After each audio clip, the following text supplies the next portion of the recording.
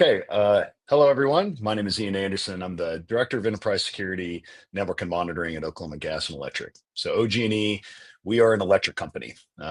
We have power, power generation, transmission, distribution, but we're your utility. We're the ones that give you the juice to do all the things that you need to go do. Um, Today's session, or my session here, is going to be, just lessons learned in terms of developing some of our resilience and how we use SCYTHE and how we use emulation, purple team exercises, and tabletop exercises to grow our organization's ability to respond effectively to incidents and whatever else comes at us. So, uh, yeah. So, agenda today, I'm going to walk you a little bit through our journey, how OG&E got to where we're at, kind of how we ended up with SCYTHE, because it was, it was a process, finding the right vendor, finding the right tools, finding just the right process. We'll move on to talking about stacking capabilities, because I think a lot of us probably, a lot of you all out there watching the session have had this experience where you've landed in some sort of exercise, be it a PTE or tabletop or just really anything. And, if you don't have those foundational elements established, it's hard to drive a lot of value. And literally one of the worst things that you can get coming out of a PTE or coming out of a tabletop exercise is this kind of feeling that, like, man, we just wasted a lot of time. I could be working on this, I could be working on that. So we're going to talk about how to stack capabilities together and finally fitting it all together, right? I mean, these are capabilities that should, fit, interlock with each other. And so you can get, cascading value, use what you did in an emulation to a purple team, to a tabletop exercise and move that value beyond. So we'll talk a little bit about that. Also, yeah, I don't have like about me slide, Ian. Like that's all I guess you really need to know. Okay, some things walking away from here. So you're going to listen to me babble on for about 30 minutes or so. I hope you walk out of here with just these concepts. Um, Everything we're going to talk about is really measured in scope, frequency, and complexity. So a emulation, a PTE, a tabletop exercise, like these are all like, understanding those variables and how you move them up and down and manage those will help you get the most value out of whatever the exercise is. Defense in depth is a common moniker in our industry. We take that to preparation as well, right? And so preparation meaning, like, organizationally, are we ready to take on an event? So it's not just about the defense. Like, we have layered controls, AV, EDR, all the fancy blinking box stuff, but organizationally and process wise, do we have depth that is going to cover us and provide us with that overlap that will kind of watch our backs? And look, if you've ever seen me talk before, I don't, probably many of you all haven't, but I'm big on relationships, because at the end of the day, all this blinking box stuff is going to fail you. So relationships, both inter-organization, external to your organization, having the right partners, making sure your people on your teams are capable and available to work with other teams, and that you just have this kind of lattice of relationships and the value that provides. And we use at OG&E, we use a lot of these exercises not just to test and validate controls and processes, but to build relationships. So our journey. Now, I'm probably going to start to sound a little bit like a sales guy, because I'm going to throw out the old "Do you remember WannaCry?" And we talk about this problem all the time. It is the Wall Street Journal problem. It's the Washington Post problem, the New York Times problem. Something is going to land on the news, and it's going to catch the wrong person's eye, and they're going to come to you and say, "Hey, are we secure?" And that is like the most impossible question you can get as a security person. Are we secure? Well, to what? Right? To WannaCry? I mean, maybe we maybe patch the vulnerability. Are we just secure? Is this a general question? But we're being asked these questions because that's what leaders are starting. They're interested, they're engaged, and while they don't necessarily have the nuance, it is something that they worry about. So we started getting these questions from our CEO. Are we secure? And we could say just yes, and it make them feel a little bit better. We could launch into a kind of a deep, like, yeah, here's what we know, and give them like all this technical mumbo jumbo. But what we could never really do is we could never really say yes, and here's why in a concise manner. Yes, because we have actually tested what this thing is that you're worried about, and here's what we know. And the answer doesn't always have to be, we know, like, we're 100% perfect secure, because look, that's not reality. But if I can come as a security practitioner to a leader and say, look, I feel like we're pretty good here. Here are some gaps. Here are some plans that we're using to cover up those gaps. Like, that was the sweet spot. That's exactly where we wanted to be. We wanted to be able to give that level of assurance to our leadership. And so we went with this idea of emulation, or or attack simulation, or whatever. Like, I don't subscribe to the Church of Gartner, but we'll call it emulation, because this is a SCYTHE conference. So we view emulation, and this is the very first part of stacking capabilities. We view emulation as like the ground floor entry. Like, if you want to do any of this other stuff, you have to be able to perform these emulation activities. So everything that we're doing in my operation side is really geared around emulation. Why? Well, because one of their major jobs is to validate and tune security controls. We found the best way to do that is through emulation. So we didn't just like wake up one day and said, oh, let's go hook up with these unicorns and all will be dandy. Um, you know, yeah, we'll move to this one. Our first attempt was, I think we did what a lot of other companies will do and say, we're going to buy Burp Suite, we're going to do Metasploit, we're going to get all these fun kind of hacker tools, and we're going to like basically just go do this. We're going to go do hood rat stuff inside of our network and find out like what breaks, what doesn't break, and and do that. And look, massively fun. Playing with these tools is cool. Like, it's exciting. But we weren't able to properly manage the scope, the frequency, the complexity, and even worse, like, we weren't really intentional about those capabilities. So what, we had this kind of collection of like, kind of cool tools, and we could go do some cool stuff. But like, if you were to have this conversation, like, are we okay from WannaCry? You couldn't really do that succinctly, just because you just didn't have the right platform. So it was neat to have some of these capabilities, some of these skills, but we realized, we needed to kind of get more of an enterprisey type tool. And so we did.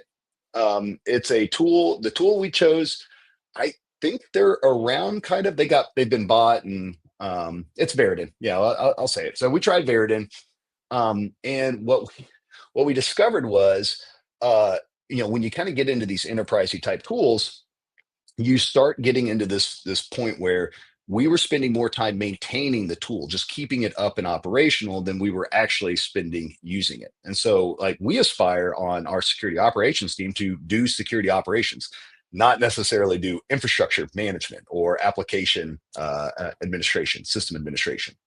So we kind of had this wake up of like, hey, like, the tooling really matters, but still, what was getting us was more about the process and being intentional about this. And so our attempt number 3, we ended up with the unicorns, with SCYTHE. And so, but the biggest win we had was we identified this recurring process in our operation stack. So everything we do from a control tuning and validation, and this is what feeds our emulation loop, is all predicated on this cycle, right? So it starts off with intel, hypotheses, some sort of event trigger, and that could be threat intel. That could be, you have another incident in your, in your queue. You could just be talking to a friend that works at another company, and like, you get this like idea, right? I know we have people on our ops team that just come up with kind of crazy ideas, like, I wonder what would happen if this happened, right? Well, now we have the ability to test that. So we move into emulation, we build the campaign, we run it, we measure the tool response. Whatever that tool response is, we'll have some sort of technology and documentation enhancement or management, right? We're trying to push from, I can log, I can alert, I can block. We're trying to move down that threshold, or down that line. And then lastly, we do try to automate where possible. And for us, automation isn't necessarily like hands off, it's going to drive, it's going to take the wheel. Sometimes for us, automation is just like, how do we get information faster to the analyst so they can make a better, faster decision? So once we discovered this and then started leveraging the SCYTHE platform, our emulation capabilities just went through the roof. And we're now using it to do all sorts of really cool tuning, some evaluation of environments. We've kicked out bad tools because of it, or tools that weren't providing their value. So but that was just our emulation, right? And that's all just predicated, like that's all internal to us. And so the next thing that we were going to try to do was to start to build on top of that, right? And so this is where this is an area we had never done before. We had never done a purple team exercise. And you know how it gets with a lot of our teams, right? Outsiders, especially vendors, like they're just trying to sell us something, right? I think that the value is kind of suspect. And so, we were a little bit on guard and not really understanding what exactly we were going to get out of this purple team exercise. But what we understood after we ran a couple is one, we were able to actually extend the complexity of our campaigns, because now we had a different level of understanding or intelligence or hypotheses that the purple team exercise was helping us build. So when you think about just regular emulation, like these are kind of good standard, like these are things your analysts should be running all day, every day, just kind of doing control validation, tuning, just the kind of the simple stuff. That next step is going to be your purple team exercise. So how do you move from just that emulation to then leveraging some of the skills and capabilities of the PTX, right? So, what we still have kind of limited to moderate frequency. We still want to be limited on scope. We want to really focus on just testing some specific things, because this is really more of a technical evaluation still at this point. But again, we can grow the complexity. You can get multi-stages and you can do all sorts of other stuff. So, and some of the things that we really get at OG&E, the value that we get out of these purple team exercises is questions around like, are we even emulating the right stuff? Kind of going back to our first attempt at doing emulation, where we had Burp Suite, Metasploit, and some of those other types of tools.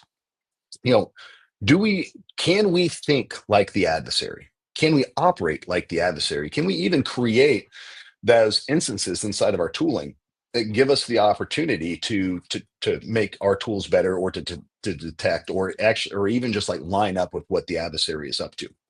I think a lot of the times I think a lot of defenders don't necessarily have those skills, or at least they're skills that take a lot of development, right? So, and then, in keeping kind of with the SCYTHE theme, with every purple team exercise, we get both technical and operational observations. And this is where we kind of start to blend some of the tabletop-ish type stuff and the technical work that's, purely on the emulation side. With the operational observations, what we're now able to do is we're able to kind of pry out, what are some like just our general TTPs in our security operations team that is either helping or hindering our ability to detect and respond to security incidents. And so each one of these PTEs is an amazing opportunity for us to go in and do some self-inspection on like, are our processes sufficient? Is the way that the way that we navigate and move around in our tools, is our case management working? And it's beyond just is this tool detecting and all that type of stuff. So again, we do try to tie it back, since this is an operational process. We do try and tie it back to our operational circuit here. And what we've seen is really the PTX, the value of the PTX for us really focuses on the intel and the hypothesis point, right? So finding a good partner to come and build out some of those campaigns and some of those scenarios has been immensely helpful. So that's kind of what I have on PTX, and so then the next logical step for us now is TTX, or the tabletop exercise, and this is really where you're taking it from the tactical to the strategic, right? So I think, the PTX will help you kind of blend some of that, but TTX is truly a strategic, and it's more of about building your program than it really is about challenging you technically. And this is actually a lot more important than people think.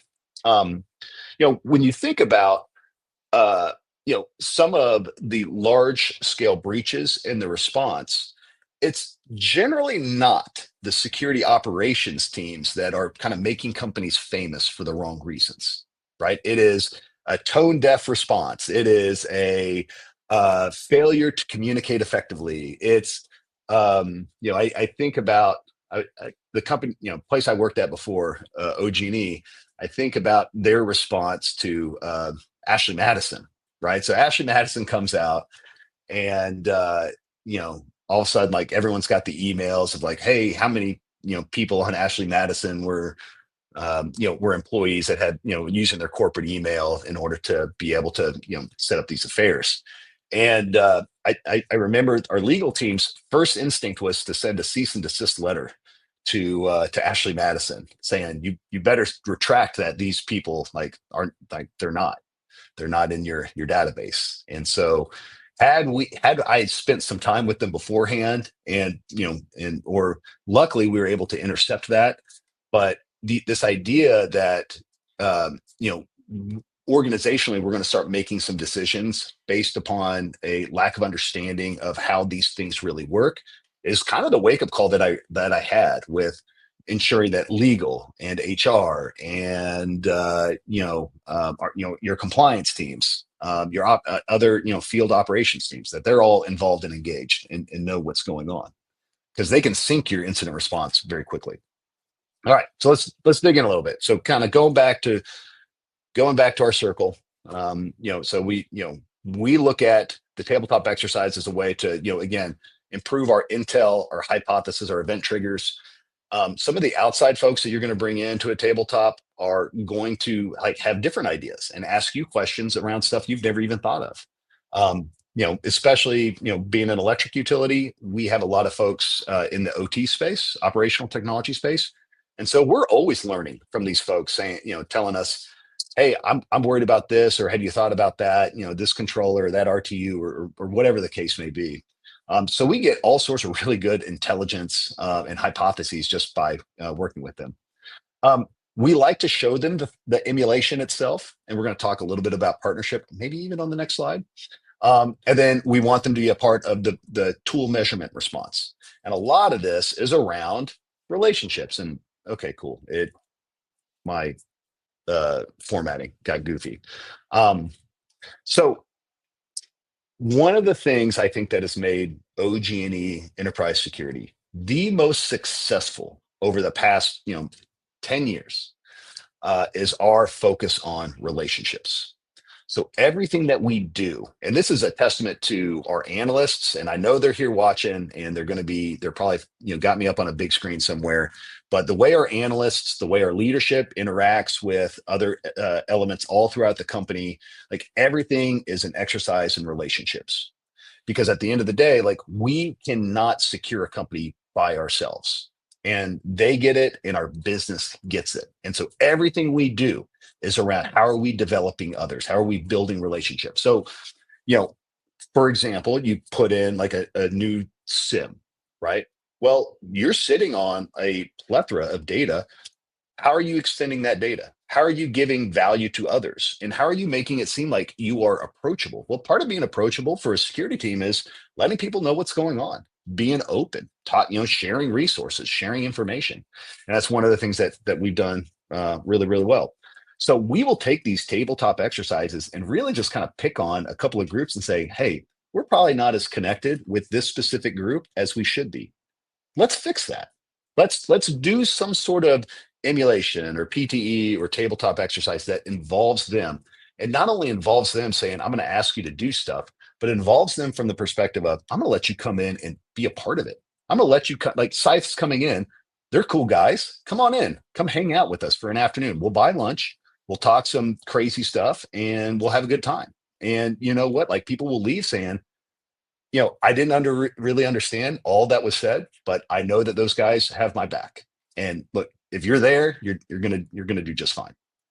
So, um, and don't look at this picture like too closely. It's got, I had extra Chat GPT credits if you can't tell. And this one has a lot of a lot of problems. So okay.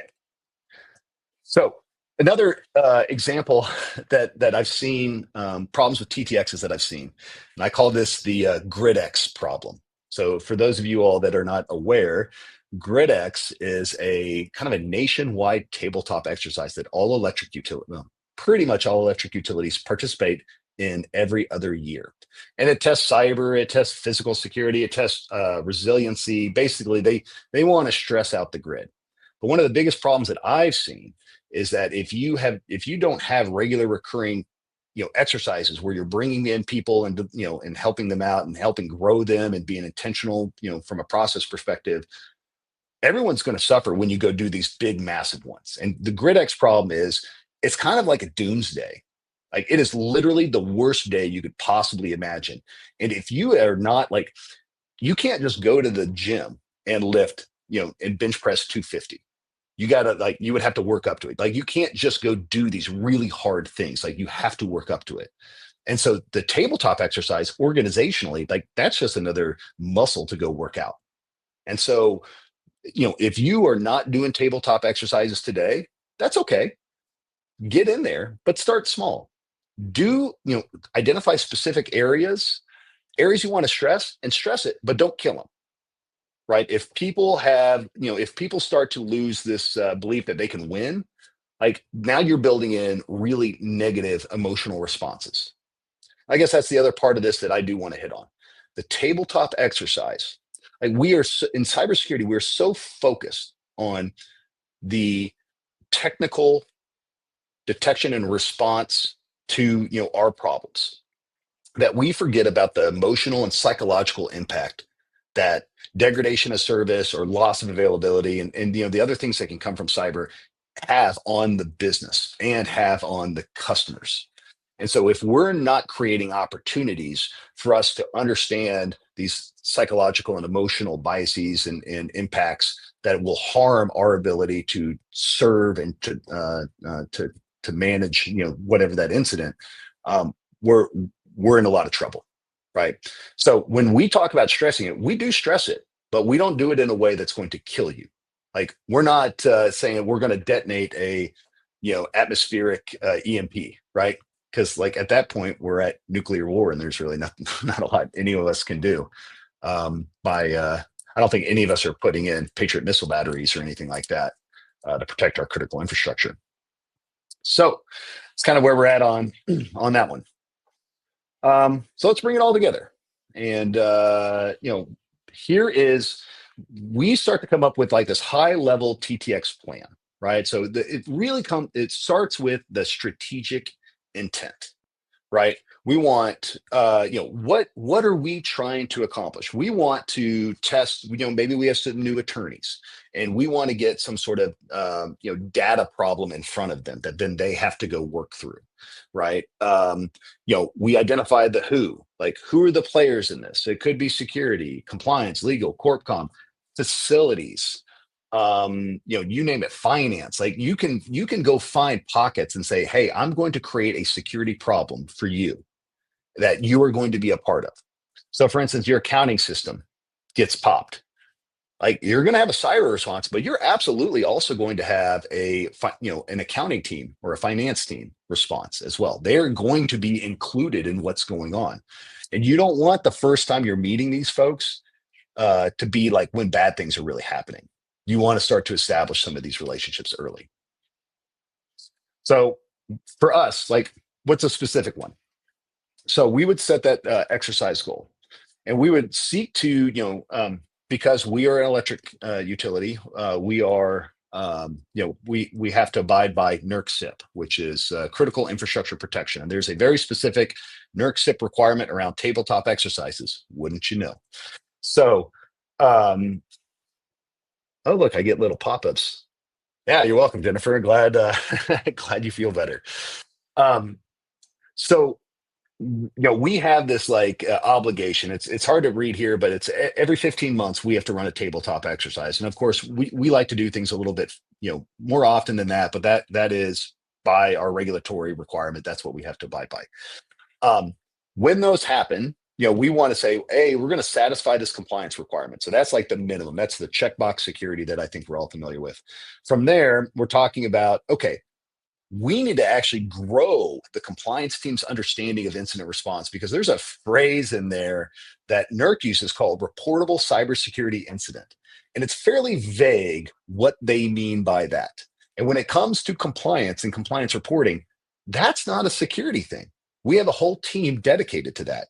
Now, could we do it? Yes, probably. But our compliance team wants to be able to do it. And I want them to be able to do it, because if we're dealing with some sort of security incident, I want my folks working on security, not necessarily compliance. So, how do we get there? Well, we create these opportunities to grow and develop them. And we do things like we want to ensure whatever we do will trigger this thing. It's called the OE 417, right? And that's the reportable cybersecurity incident. So we will say at the end of the day, we have to trigger this outcome, right? And and in triggering this outcome, we want to ensure that we are testing and enhancing our incident response plan, because that is all, like, they're all intertwined. So now that we've set our exercise goals, we're ready to move on to the next one, which is we're going to start building our emulation and our PTX, because we're going to actually do a lot of this work before we hit the tabletop, right? If you think about the lifespan of an incident, action on disk happens far before big incident response. Like, you're bringing in accounting, you're bringing in legal, like all that stuff has already happened. And so we kind of abide by that. We're gonna launch the attack, we're gonna do some of the stuff on our side, and we're gonna take those artifacts and we're gonna bring it forward to the tabletop. We're managing our scope, we're managing our frequency, and we're managing our complexity. And because we're leveraging our PTE, Purple Team exercise capabilities, we're injecting enhanced intel and enhanced hypotheses that helps us drive to a better exercise, which will ultimately provide more value. And the realism matters. So, like, could you, like, we all do these tabletop exercises without the emulation piece, without the PTE, and can it be valuable? Sure. What is super valuable, though, is when you start showing what these things look like in your own environment. Another one of my favorite things to kind of bring up in talks is I talk about the ICS, Industrial Control System Cyber Kill Chain, written by Asante and Lee. If you haven't read that and you're in the OT space, I highly recommend you go read it. But they talk about this concept of defending OT networks. And it's really, you can boil it down to say, you got to build home field advantage, right? That is something we can all control. We can all develop home field advantage, and we can develop organizational home field advantage. And what I mean by that is, think at a minimum, all of us on the security operations team, we strive to understand our environment better than the adversary. And with that is already an advantage. Thank you, the SCYTHE YouTube channel. It is a great white paper. It's really, really good. They're very distracting. Now I kind of lost my train of thought. No, so building home field advantage. The way you do that is you launch these things in your own environments, and then you let your own ops folks, your compliance folks, whoever, your participants in these various exercises, they get to see what these things look like. From where I'm standing, I feel that sometimes security is people can understand, but they don't, like, it's so abstract, I think, at times. And so when you can present, like, this is literally what a C2 exfil would look like in our logs, right? And I put up an example of something that we've done in a PTE before. Once you provide that, then, like, oh, all of a sudden I start to get it. Oh, you mean it's just going out to OneDrive? Like, that's all this is? Yeah, like, we're going to use fancy terms because we're security for reasons.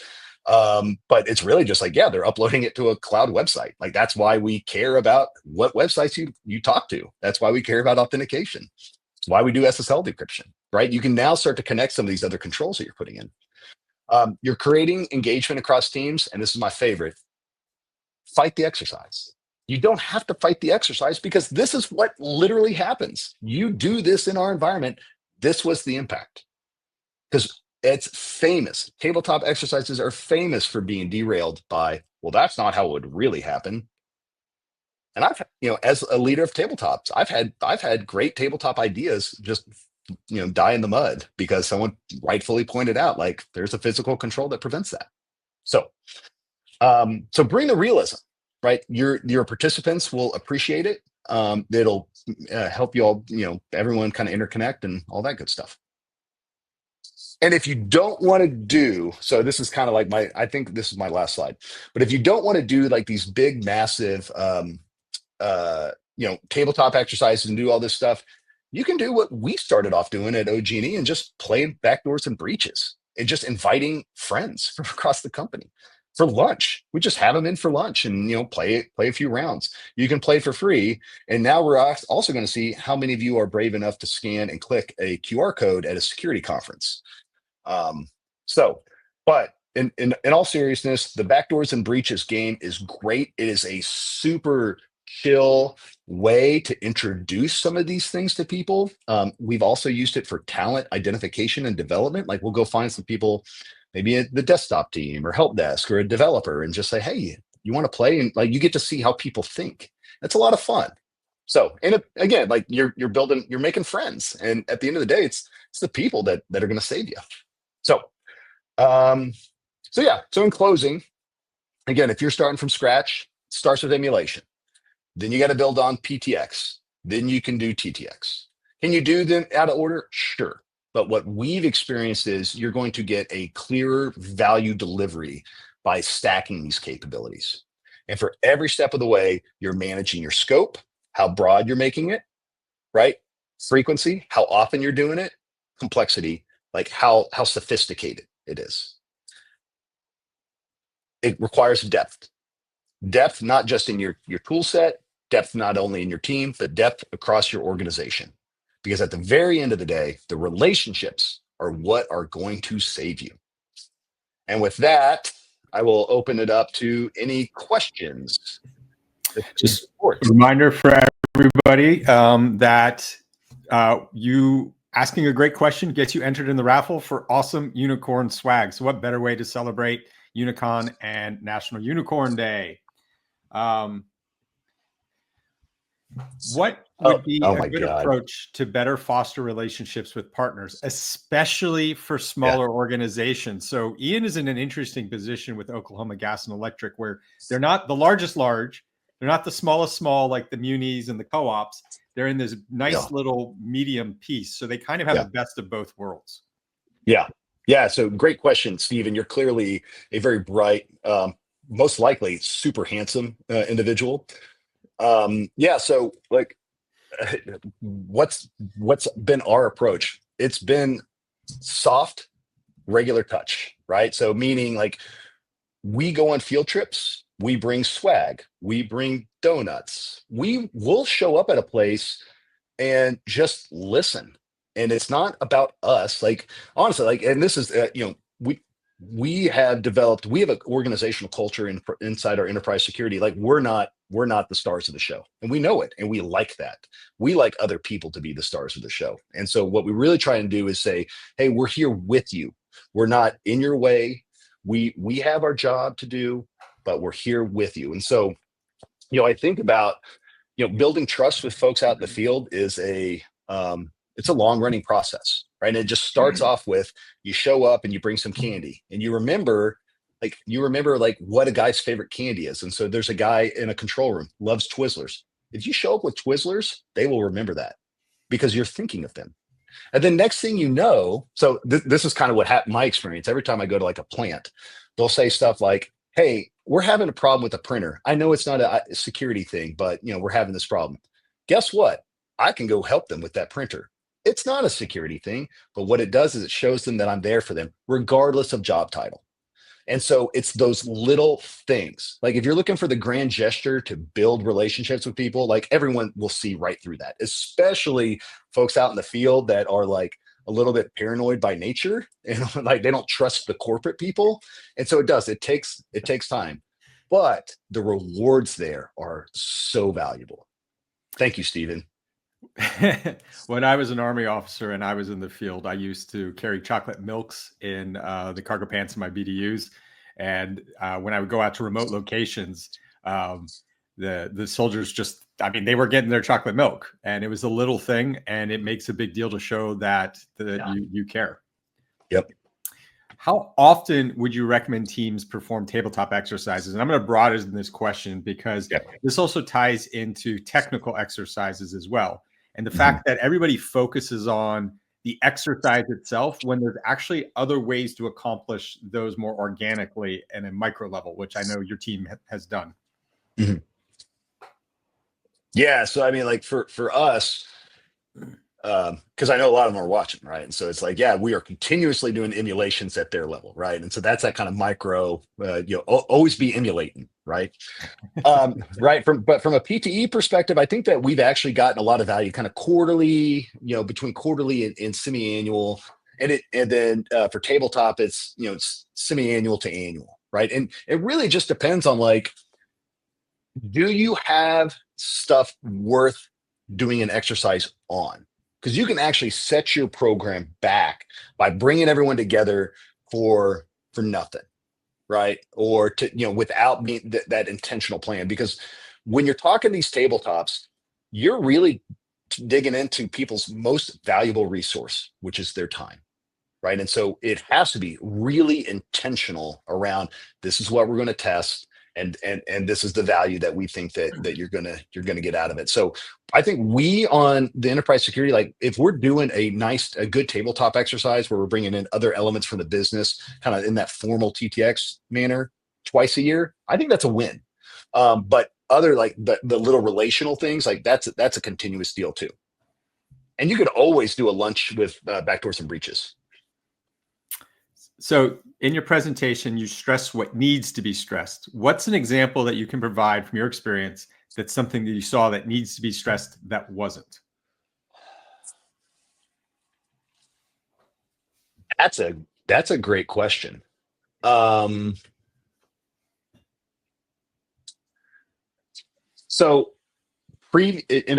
I'll go back to, I mean, maybe let's go back to my Ashley Madison story, right? So the idea that that legal counsel did not understand any of the technical ramifications of what they were seeing, right? And so like if you really go back a couple of steps on that day, it started with HR basically interviewing all these people that were on this list, and they all said, "You're not going to believe this, that they were hacked," right? And so since they were hacked, then all of a sudden it was legal. It's like, well, if they were hacked, then we're going to go send this thing out. And they had never once talked to enterprise security, because we would have gone back and said, actually, they weren't hacked. And here's how we know. We have the records, we have the traffic logs, we have the email logs. And then even in the breach, there's this little Boolean field that says is verified. And if it was a 1, they had clicked on the link that they sent to their corporate email.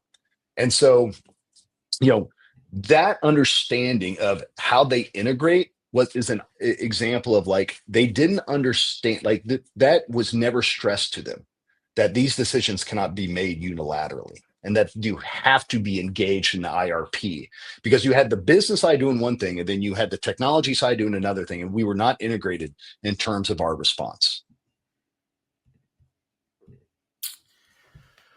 How do you go about getting buy-in from leadership? And there's different aspects of that too, because it's not just the buy-in from leadership, particularly when we're talking about operational technology. It's also the buy-in and trust of the operational technology leadership and practitioners to even let you cross the slashed line, right? I don't care that you're wearing PPE. You don't work here. I don't care we're at the same company. You don't work here. Your butt's not on the line. And it's difficult because it's hard to quantify those risks. So how do you do that and get that buy-in for more advanced exercises and growing that program? Another amazing question, probably from another exceptionally handsome young man. Is it Mason Mosier? Okay. Yeah. So how do you get great question. So I think it's getting easier in some ways, and it's getting harder in some ways. And so, here's a story I'll tell.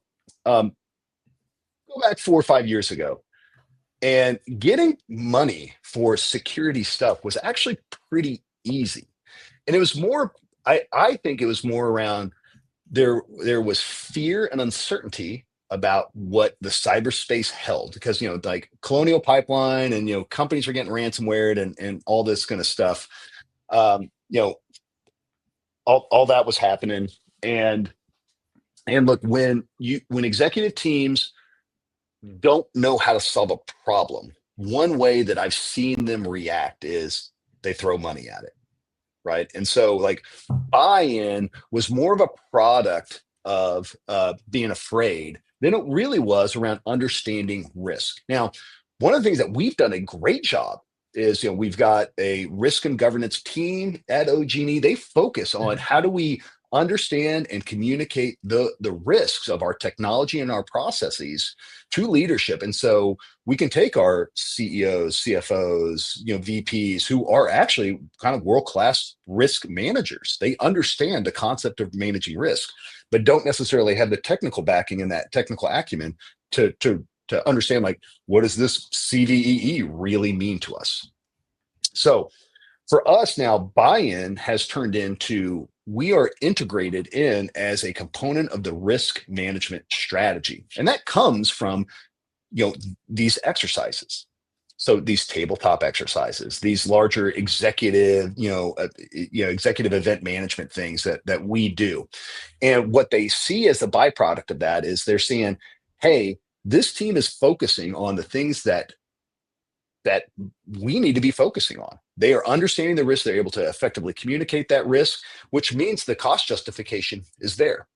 Now, the other piece on the purple team exercises that we use is, like, we say, hey, this is about operational efficiency. I wish I could just go out and buy, or not buy. I wish I could go out and hire like 10 more people on my security team. I'm certain I could put them to work, but that's not necessarily reality. And so we use the purple team exercise to really help us be as efficient and effective as we possibly can. And then, of course, there's, like, every once in a while we can kick out a tool, and then we celebrate that for like 3 years and say, oh, look, we kicked out this other tool. And so then, anyway, that's how it goes. But look, you have to transition from your leadership being afraid to your leadership understanding your value and pushing and integrating into kind of that risk management matrix with them. Like, I think that's really the direction. So you just coincidentally just dropped right under the door there a third rail comment on kicking a tool out. Okay. Nobody in cybersecurity ever wants to kick a tool out. I mean, we all do, right? This tool Yes. doesn't work. I hate this tool. Everyone has those ugly babies in their environment. Yes. There's maintenance, right? There's all these reasons. Yeah. But it's really hard to do, because how do I know? If I pick out the one thing that would have been the one thing to stop that one thing. Yeah.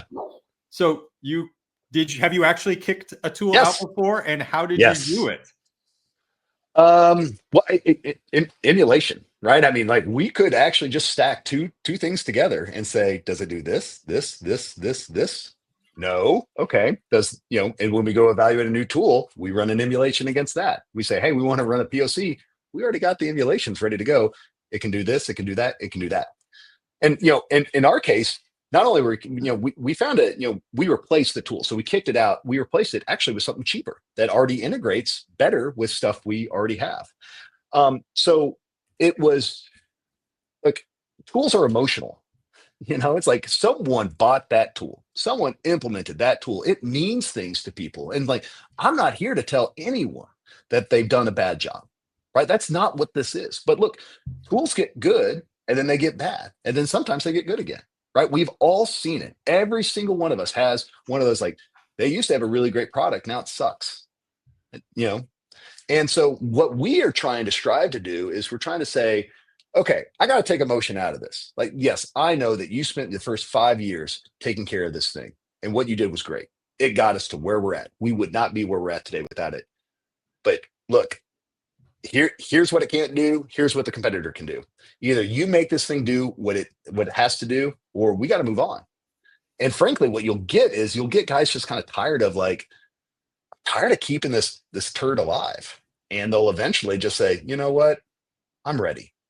Right. And then, like, no political problem at all. You're just on to the next one. You're doing great things. my thing with emulation is how many of these companies, like they'll sell you stuff and then they'll say, oh yeah, don't worry, it does this, this, this, and this.